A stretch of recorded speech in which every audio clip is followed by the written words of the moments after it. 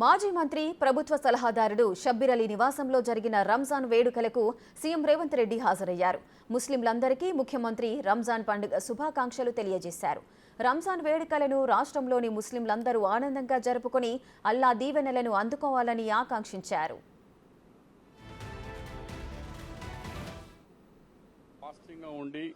Prayer చేసి మరి దేశ రక్షణ గురించి, దేశానికి ఐక్యత గురించి ఇఫ్తార్ విందులతో ఒక సెక్యులరిజంగా మంచి సాంప్రదాయాన్ని ఏర్పాటు చేసిన ముస్లిం సోదరులకు అందరినీ మన రంజాన్ ముబారక్ అని ఇక్కడి నుంచి తెలిపి ఢిల్లీలో మీటింగ్ ఉంటే అక్కడ పోవడం జరిగింది.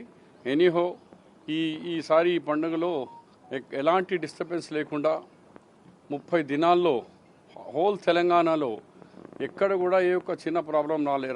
లా అండ్ ఆర్డర్ కానీ, రాత్రిపూట హోటల్స్ ఓపెనింగ్ విషయంలో కానీ, రాత్రి 5 o'clock వరకు సహర్ వరకు హోటల్స్, ఫుడ్ కోర్ట్స్ మరియు షాపింగ్ కాంప్లెక్స్ అన్నీ ఓపెన్ పెట్టి గతంలో 2 o'clock వరకు ఉండే, ఈసారి 5 o'clock వరకు కూడా పర్మిషన్ ఇచ్చినాం.